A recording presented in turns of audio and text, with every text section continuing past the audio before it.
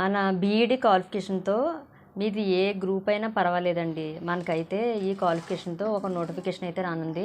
దానికోసం అయితే నేనైతే బుక్స్ తెచ్చుకుని ప్రిపేర్ అవుతున్నాను. హాయ్ ఫ్రెండ్స్, అందరికీ నమస్తే అండి. అందరూ కూడా ఇప్పుడు వచ్చే డిఎస్సికి స్కూల్ అసిస్టెంట్కి పోస్టులు తక్కువగా ఉన్నాయి, ఎస్జిటికి పోస్టులు ఎక్కువగా ఉన్నాయని చాలామంది కూడా బాధపడి ఇంకా డిఎస్సి రాయడం కూడా వేస్ట్ అని అయితే చాలామంది అయితే అనుకుని ఉంటారు. అలా అనుకున్న వాళ్ళు నేను ఉన్నానండి. కాకపోతే ఏంటంటే మనకిచ్చిన జాబ్ క్యాలెండర్లో ఆగస్టు 15న మనకైతే ఒక నోటిఫికేషన్ అయితే రానుంది.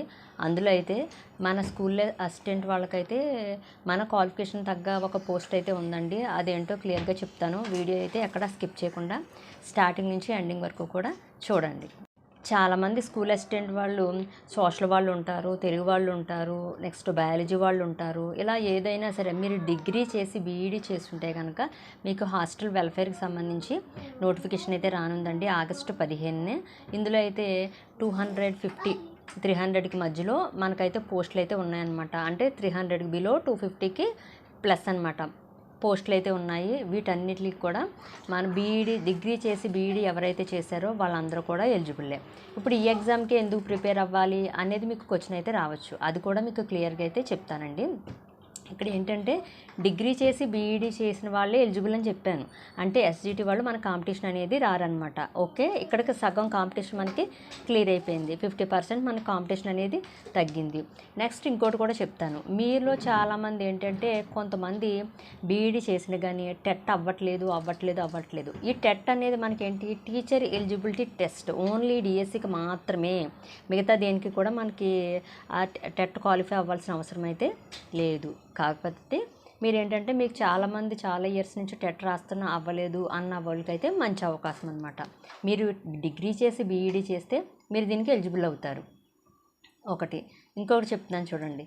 మొన్న డిఎస్సి రాసిన వాళ్ళ కోసం చెప్తున్నాను. డిఎస్సి చాలా కష్టపడి డిఎస్సి రాసి మీరు కొద్దిలో జాబ్ అయితే కోల్పోయి ఉంటారు. మీ ముందు బెస్ట్ స్కోర్ చేసిన వాళ్ళందరూ కూడా డిఎస్సిలో జాబ్ అయితే సాధించి అయితే వెళ్ళిపోయారు. నెక్స్ట్ ప్లేస్లో ఉన్నది మీరే కదా. అంటే డిఎస్సిని మీరు కొద్దిలో కోల్పోయారు, నెక్స్ట్ ఉన్నది మీరే. కాబట్టి కొంచెం కష్టపడి మీరు ఈ హాస్టల్ వెల్ఫేర్కి కనుక ప్రిపేర్ అయితే ఖచ్చితంగా మీకు జాబ్ కొట్టే ఛాన్సెస్ అయితే ఉంటాయి. ఇది కూడా మీకు క్లియర్ అయింది కదండి. మన క్వాలిఫికేషన్తోనే మనకి ఏంటంటే ఈ హాస్టల్ వెల్ఫేర్ అనేది మనం ప్రిపేర్ అయ్యి ఎగ్జామ్ అనేది అయితే రాయొచ్చు అనమాట. ఇక్కడికి అందరికీ కూడా క్లారిటీగా అర్థమైందని అనుకుంటున్నాను. అందుకేనండి నేను ఏంటంటే ఇప్పుడు మనకి ఆగస్టు 15 వస్తుంది, మనకి అక్టోబర్లో డిఎస్సి నోటిఫికేషన్ ఉంది. అందుకని మనం ఏం చేస్తున్నామంటే ముందు ఈ హాస్టల్ వెల్ఫేర్కి నేను బుక్స్ అయితే తెచ్చుకుని ఇవైతే ఇప్పటి నుంచి ప్రిపేర్ అవుతున్నాను. మనకి ఏంటంటే మనకి నోటిఫికేషన్కి ఎగ్జాక్ట్గా మనకి ఆల్రెడీ జూన్లో ఉన్నాం కాబట్టి ఎలా లెక్కేసుకున్నా ఒక 75 డేస్ అలాగ వేసుకున్నా కూడా మనకి ఏంటంటే ఒక 70 డేస్ వేసుకోండి. 70 డేస్లో మనకి నోటిఫికేషన్ అనేది ఉన్నదనమాట. అప్పుడు మనకి ఎగ్జామ్ ఏంటి అనేది ఏ డేట్న వస్తుంది అన్నది మనకు క్లారిటీ అనేది అయితే వస్తుంది. నెక్స్ట్ ఏంటి, మనకి అక్టోబర్లో డిఎస్సి. ఈలోపు ఇది ప్రిపేర్ అవుతాము. కంపల్సరీగా మనకి డిఎస్సికి ముందు మనకి టెట్ అనేది అయితే ఖచ్చితంగా పెట్టి తీరాలి. కాబట్టి ఈలోపు మీకు టెట్ అవ్వలేదనుకోండి, మీరు ఈలోపు టెట్కి ప్రిపేర్ అవ్వచ్చు. ఇంకా టైం ఉంది కాబట్టి దీనికి టైం ఉంది కాబట్టి ఈలోపు టెట్ నోటిఫికేషన్ పడితే మీరు టెట్కి ప్రిపేర్ అవ్వచ్చు. ఎందుకంటే ఇప్పుడు ఈ సిలబస్ అంతా కూడా మనకి బీఈడీ చేసిన వాళ్ళకి కాబట్టి బీఈడీలో ఉన్న ఏదైతే సిలబస్ ఉందో మనకి అవన్నీ కూడా మనకి సైకాలజీ అయితే ఏంటి, నెక్స్ట్ ఎడ్యుకేషన్ పర్పస్ అంటే పర్స్పెక్టివ్ ఎడ్యుకేషన్, ఇదంతా కూడా ఇందులోనే ఉంది. మీకు ఏంటంటే దీనికి యూజ్ అవుతుంది.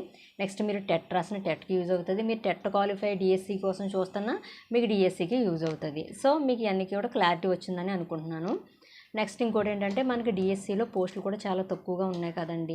పైగా మనకి రూల్ ఏంటి, మనకి డిఎస్సి ఎప్పుడు తీసినా 70% ప్రమోషన్ ద్వారా ఎస్జిటి వాళ్ళు ఎవరైతే ఉన్నారో వాళ్ళకి ప్రమోషన్ ద్వారా స్కూల్ అసిస్టెంట్గా అయితే వెళ్తారు. మిగిలిన రిమైనింగ్ పోస్టులు మాత్రమే ఇప్పుడు ఎవరైతే ఎగ్జామ్ రాశారో వాళ్ళని అయితే తీసుకుంటారు.